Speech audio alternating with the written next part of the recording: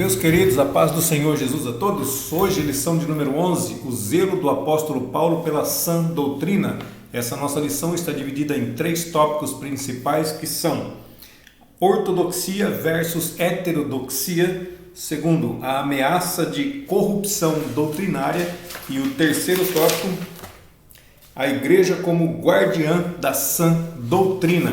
Nosso texto áureo se encontra em 1 Timóteo, capítulo 4, versículo 16, que diz assim: tem cuidado de ti mesmo e da doutrina, persevera nestas coisas, porque fazendo isto te salvarás, tanto a ti mesmo como aos que te ouvem. Ou seja, primeiro você cuida de você mesmo e depois você cuida da doutrina. Tem que cuidar de ti mesmo e da doutrina. Então, cuida de você e depois cuida da doutrina, cuida do ensino. Daqui a pouco a gente vai falar sobre o que significa doutrina, o que significa sã doutrina, mais para frente, tá bom? Isso aqui é só o texto ouro, nosso texto de ouro referente à nossa lição. A verdade prática diz assim: a igreja de Cristo, que não é ministério, que não é Assembleia de Deus, que não é Deus é amor, que não é... Não, são as pessoas. A igreja de Cristo é uma instituição divina na terra que preserva e defende a sã doutrina diante dos enganos e males das heresias. A palavra heresia significa falsos ensinos, significa dizer que a Bíblia diz quando a Bíblia não diz.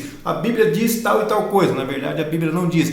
A Bíblia diz que não cai uma folha da árvore se Deus não deixar. A Bíblia não diz isso. Então, quando eu digo que a Bíblia diz, isso é heresia. Objetivo geral: asseverar, ou seja, assegurar, afirmar, declarar com segurança o zelo pela sã doutrina. E o ponto central da nossa lição: é preciso zelar pela sã doutrina. Primeiro tópico, ortodoxia versus heterodoxia. Pode ficar tranquilo que a gente vai explicar essas palavrinhas aqui, vai ficar bem claro para nós, tá?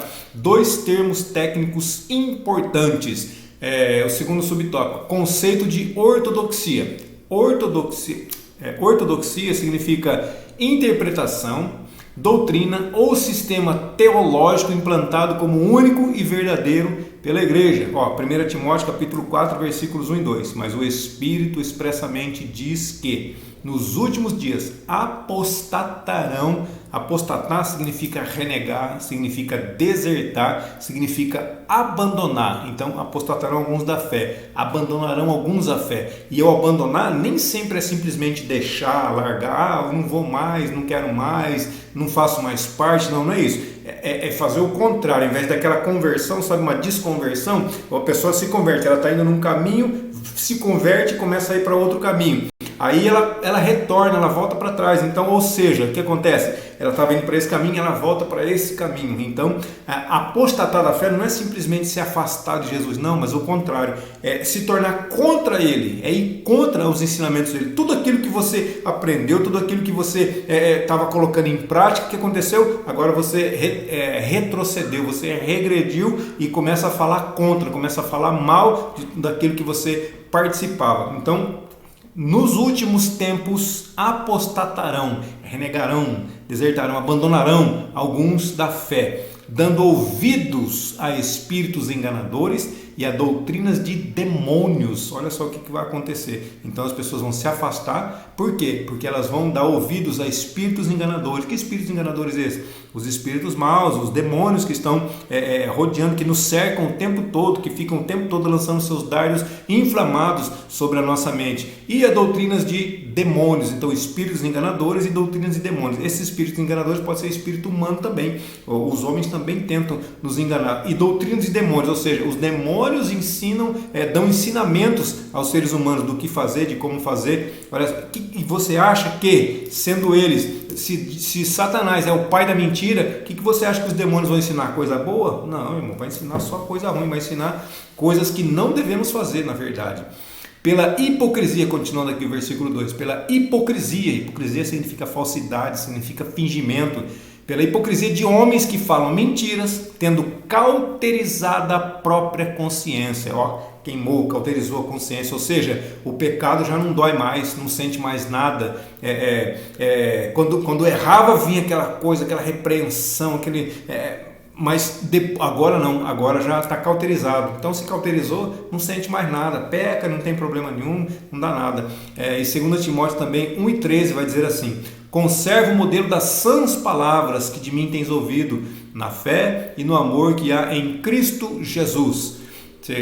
Terceiro subtópico diz assim, ó, aqui que nós lemos assim, conserva, mantenha o modelo. Então Paulo ele deixou um modelo e falou assim, conserva o modelo que nós deixamos das sãs palavras. Sã significa saudável, de saúde, então das palavras saudáveis que de mim tem ouvido. Então tudo aquilo que eu passei para vocês como modelo, vocês devem conservar na fé e no amor que há em Cristo Jesus.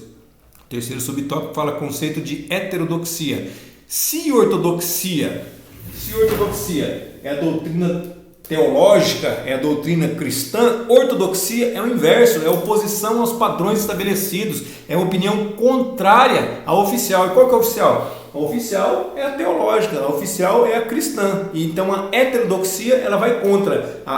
A ortodoxia ela fala das doutrinas, ela fala dos ensinos cristãos. A heterodoxia vai contra os ensinos cristãos. É simples assim. Então a palavra tem uma conotação estranha, mas é muito simples de se entender. 1 Timóteo 4,1 diz assim: mas o Espírito expressamente diz que nos últimos tempos apostatarão alguns da fé, dando ouvidos a espíritos enganadores e a doutrinas de demônios. Ou seja, então o Espírito, quem é o Espírito? O Espírito Santo está dizendo, o Espírito diz que nos últimos dias, lá no finalzinho dos tempos, o que ia acontecer? Ia acontecer apostasia, a pessoa ia se afastar da fé e ainda falar contra o Evangelho, contra o próprio Cristo, contra o próprio Messias. Vão dar ouvidos aos espíritos enganadores e também a doutrinas de demônios. Os demônios vão ensinar as pessoas, como desde lá de trás já vem ensinando também. O resumo desse tópico diz assim: com ortodoxia nos referimos à doutrina cristã, enquanto for coerente com o que Cristo e os apóstolos ensinaram. Ou seja, então ortodoxia, que é uma doutrina cristã, mas é incoerência com o que Cristo e o que os apóstolos ensinaram, tá ok? Não porque eu estou fazendo teologia em tal lugar, só que tal lugar ensina a Bíblia de maneira diferente daquilo que Cristo ensinava, ensina diferente daquilo que os apóstolos ensinavam, ensina diferente realmente do que a própria Bíblia está dizendo. Então isso não é ortodoxia, tá bom? Então enquanto for coerente com os ensinos de Cristo e dos apóstolos. Agora, com heterodoxia, tudo que for diferente disso, da doutrina teológica cristã. Segundo tópico diz assim: a ameaça de corrupção doutrinária. A palavra corrupção ela significa deterioração, ela significa decomposição, ela significa modificação e ela também significa adulteração das características originais. Então tá aqui, corrupção, deterioração. Sabe quando uma coisa está apodrecendo, deteriorando? Olha só, está entrando. Aí ela vem para um outro estado chamado decomposição. Olha que vai destruindo tudo, vai decompondo realmente, vai soltando as partes. Também corrupção significa também modificação, significa adulteração. Então quando eu adultero, quando eu modifico um documento, olha só, eu estou sendo corrupto. Então corrupção não é só receber dinheiro por debaixo do pano para fazer alguma coisa, ou para deixar de fazer alguma coisa, para falar alguma coisa, ou para não falar alguma coisa. Corrupção não é só isso não. Corrupção, modificação. Já pensou? Quando eu era pequeno eu gostaria de ter 18 anos para poder entrar no cinema, para poder ver determinado filme. Aí o que eu podia ter feito? Podia ter adulterado, podia ter modificado um documento, meu certidão de nascimento, com um ano, ali colocava alguns anos de diferença para eu poder entrar no cinema. É uma modificação. Isso faz parte do quê? Isso é corrupção. Tá vendo? Então a corrupção ela tem vários significados. A adulteração das características originais. O que muito acontece hoje, principalmente com os veículos. A pessoa muda, a pessoa adultera, a pessoa altera a sua configuração, a sua característica original. O que ela está fazendo? Ela está com corrupção, ela está corrompendo. Então, a advertência do apóstolo, a palavra advertência significa repreender, significa chamar a atenção. Então, o apóstolo Paulo está chamando a atenção aqui, 1 Timóteo 1,3. Como te roguei, quando parti para a Macedônia, que ficasses em Éfeso, para advertires alguns que não ensinem outra doutrina, ou seja, Doutrina. O que é doutrina? Eu falei que ia falar, então agora vamos falar. Doutrina, tudo que é objeto de ensino da palavra de Deus. Isso é doutrina. Não confunda com costumes. Costumes varia de local para local, de cultura para cultura, de país para país, de igreja para igreja, tá bom? Doutrina não. Doutrina é tudo que é objeto de ensino da palavra de Deus. Isso não muda, isso não deve mudar, isso não pode mudar, porque Bíblia é Bíblia, palavra de Deus, palavra de Deus. Jesus é Jesus, Jesus é a palavra. No princípio era o verbo estava com Deus, o verbo era Deus. Então ele é a palavra, ele é o verbo vivo, ele é essa Bíblia sagrada que nós possuímos aqui, é a palavra de Deus. Ela contém a palavra de Deus, ela é a palavra de Deus. Não tem nenhuma mentira, não tem nenhuma heresia ali, a não ser que seja algum erro de tradução, tá bom? Atos capítulo 20, versículo 29 e o 30 diz assim: porque eu sei isto, que depois da minha partida entrarão no meio de vós lobos cruéis, que não pouparão o rebanho, e que dentre vós mesmos se levantarão homens que falarão coisas perversas para atrair os discípulos após si. Então nós temos aqui dois problemas, um problema externo e um problema interno. Mas qual problema são esses? Dá para ver aí? Então estou na frente não. Então, problemas externos. Entrarão lobos cruéis. O que os lobos cruéis vão fazer? Não vão poupar o rebanho, vão destruir o rebanho, vão dizimar o rebanho. Então, eles vêm de fora. Os lobos cruéis vêm de fora. O lobo vem para atacar as ovelhas, vem para atacar o rebanho. E não vão poupar, vão realmente destruir, vão matar. E também o problema interno. Qual que é o problema interno? Entre vós mesmos, no vosso meio vão se levantar pessoas que falarão coisas perversas.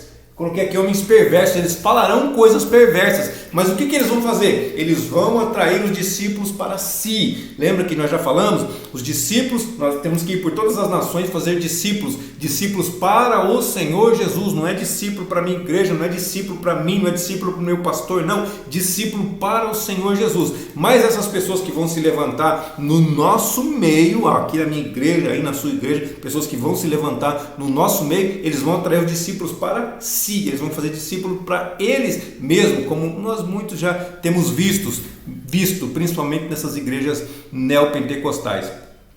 Então os problemas são esses aqui, é externo e interno, é o que ele está dizendo aqui em Atos capítulo 20. O segundo subtópico diz assim: quais eram os problemas de ordem doutrinária? 1 Coríntios 1,12 vai dizer assim: quero dizer com isto que cada um de vós diz, eu sou de Paulo, e eu de Apolo, e eu de Cefas, e eu de Cristo.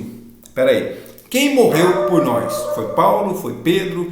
Foi Apolo? Não, foi Cristo que morreu. Então todos nós pertencemos a Cristo. Então eles estavam fazendo segregação, estavam fazendo separação. Uns gostavam mais da pregação, da mensagem de Paulo, e eles falavam assim: não, eu sou de Paulo. Outros gostavam mais da mensagem de Apolo, e eles falavam: não, eu sou de Apolo. Então já tinha dois grupos. Aí outro falava assim: não, eu gosto mais da pregação de Cefas, da pregação de Pedro, porque ele andou com Jesus, porque isso, porque aquilo. Então mais um outro grupo. Aí tinha um outro grupo que dizia assim: não, eu sou de Cristo, eu não obedeço a homem nenhum, eu só vou atrás de Cristo. Então foram criando grupos. Então vai dando problema de doutrina, de ensinamento. Por quê? Porque todos nós somos de Cristo. Quando Cristo vier arrebatar a sua igreja, ele não vai vir arrebatar grupos de pessoas, não, ele vai arrebatar pessoas que compõem a sua igreja, pessoas que compõem o corpo de Cristo. São essas as pessoas que vão participar do arrebatamento, são essas as pessoas que vão subir juntamente com ele. Não são essas que ficam em panelinhas, eu sou desse, eu sou daquele, eu sou de... Não, nada disso. São aqueles que são de Cristo. Terceiro subtópico diz assim: fábulas e genealogias intermináveis. 1 Timóteo capítulo 1, versículos 3 e 4 diz assim: como te roguei quando parti para a Macedônia que ficasse em Éfeso para advertires alguns que não ensinem outra doutrina. Olha, adverte eles, fala com eles, avisa eles para não ensinarem outra doutrina. A doutrina, ela tem que ser a palavra de Deus. O ensino tem que ser dentro da palavra de Deus. O ensino tem que ter base em Jesus Cristo, nas palavras que Cristo falou. O ensino tem que ter base nas palavras que os apóstolos falaram. Então Cristo ensinou os apóstolos ensinaram a igreja, e a igreja continua com esses mesmos ensinamentos. Não ensinem outra doutrina. A doutrina tem que ser a mesma, tem que manter a mesma. Deus é o mesmo ontem, hoje e eternamente. Então a doutrina é a mesma ontem, é a mesma hoje e é a mesma eternamente, porque a doutrina não muda, a palavra não muda, Jesus não muda, Deus não muda. Nem se deem, versículo 4, 1 Timóteo 1,4, nem se deem a fábulas. Fábula significa texto fictício, aqueles contos de fadas, historinhas infantis, coisas que não existiram, coisas que são mentiras, mas foram inventadas. Não se deem a fábulas ou a genealogias intermináveis, que mais produzem questões do que edificação de Deus, que consiste na fé. Assim eu faço agora. Então não fica atrás de história da carochinha, não fica atrás de fábula, de conto de fada, não fica atrás disso não fica atrás de genealogia, a pessoa faz uma genealogia interminável, não tem mais fim, aquela coisa toda, para poder falar alguma coisa que na verdade vai acabar enganando, vai trazer mais questões, é o que ele está dizendo aqui, vai trazer mais perguntas, vai trazer mais dúvidas do que edificação de Deus. Então temos que trazer uma palavra dentro da doutrina, dentro do ensino dos apóstolos, dentro do ensino de Jesus Cristo, que vai edificar, que vai construir, que vai fazer com que haja crescimento. Aí sim a fé vai ser consistente, que consiste na fé. Assim o faço agora, é o que Paulo está dizendo. Eu faço desse jeito agora. Então façam o mesmo também, siga meu exemplo. Colossenses 2,18 diz assim: ninguém vos domine a seu bel prazer, com pretexto de humildade e culto dos anjos, envolvendo-se em coisas que não viu, estando debalde inchado em sua carnal compreensão. Pretexto de humildade. Eu sou tão humilde, tão simples, aí eu venho com a palavra de Deus aqui, e na minha simplicidade eu vou passar essa palavra para os irmãos, mas aí vem com um monte de heresia, um monte de falsidade, um monte de ensino falso. Não cai nessa não, é humilde não, é pretexto de humildade, não é humildade, porque a humildade faz com que a pessoa busque a verdade dentro da palavra de Deus, e não heresia, não conto de fada, não fábula, não genealogia interminável, tá bom? Culto de anjos. Houve um período da nossa história bem próximo dos dias atuais, que as pessoas estavam já quase cultuando anjos. Alguns é lógico que estavam cultuando realmente, mas a maioria das igrejas começou a entrar nessa. Quando começava a pregar e a igreja não reagia, a igreja ficava ali quietinha, o que acontecia? Estou vendo um anjo aqui, estou vendo e a igreja pegava fogo, aí aquele Pentecoste dentro da igreja, por causa de anjo. Culto de anjo, os anjos estavam mais importantes do que Jesus? Não, Jesus é mais importante do que os anjos. Então ninguém vos domine com culto de anjo, com pretexto de falsa humildade. Não, ninguém vos domine. Envolvendo-se em coisas que não viu. Quantas pessoas aqui realmente viram anjos? E se viram também, o que o anjo veio fazer? Veio trazer uma mensagem? Veio falar alguma coisa? Veio trazer alguma cura? Veio ajudar em algum sentido? Porque não adianta querer cultuar o anjo, irmão, não adianta. Quando pessoas tiveram visões dentro da Bíblia de anjo, se dobraram, tentaram se prostrar, o anjo falou: não, levanta porque eu sou teu conservo. Ele veio aqui para nos ajudar, nós somos servos, eles são conservos, eles também são servos do Senhor. Eles são espíritos ministradores que estão aqui para nos ajudar. Não é para nós prestarmos culto a eles, estando de balde inchado na sua carnal compreensão. Então pega a Bíblia Sagrada e começa a entender, interpretar de forma carnal, de forma material. Não, a Bíblia tem que ser interpretada de forma espiritual. A Bíblia é para pessoas espirituais. Então quem é carnal vai ser muito difícil entender a Bíblia. Amém? O resumo desse tópico diz assim: Paulo sempre admoestou ou advertiu a igreja quanto às ameaças de corrupção doutrinária. Lembra da corrupção? Corrupção doutrinária, corrupção da doutrina, ia corromper a doutrina, ia adulterar a doutrina, ia modificar a doutrina, ia decompor, ia deteriorar a doutrina. Então Paulo avisou que isso poderia acontecer, que na verdade isso ia acontecer, ou isso está acontecendo. Na verdade já acontecia desde os tempos de Paulo, por isso que ele já estava advertindo a igreja. Terceiro tópico: a igreja como guardiã da sã doutrina. A palavra guardiã significa protetora, guardadora, defensora. Então, a igreja como protetora da sã doutrina, a igreja como conservadora, como defensora da sã doutrina. Então, a igreja de Cristo, ela tem que ser a guardiã, a protetora da sã doutrina. Então, o primeiro subtópico diz assim: a igreja é coluna da firmeza da verdade. 1 Timóteo 3,15 diz: Mas, se tardar, para que saibas como convém andar na casa de Deus. Então, se Jesus tardar, vocês têm que saber como tem que andar na casa de Deus, que é a igreja do Deus vivo, a coluna e firmeza da verdade. Então, a casa de Deus, que é a igreja do Deus vivo, ela é também a coluna da firmeza da verdade. O segundo subtópico diz assim: o objetivo do zelo pela sã doutrina. Zelo significa grande cuidado, preocupação, forte disposição. E sã doutrina? Sã doutrina é o ensino saudável, simples assim. Sã é de são, é de saudável, que vem de saúde. E doutrina é o ensino da palavra de Deus, é tudo que é o ensino da palavra de Deus. Então, sã doutrina é o ensino saudável das Escrituras Sagradas. 1 Timóteo 1 e 5, versículo, 1 Timóteo capítulo 1, versículo 5, só a parte B do versículo. Eu vou ler o versículo todo, mas eu friso aonde a gente quer utilizar nesse momento, tá? Porque o próximo vai ser a parte A. Então, primeiro a parte B. Ora, o fim do mandamento é o amor.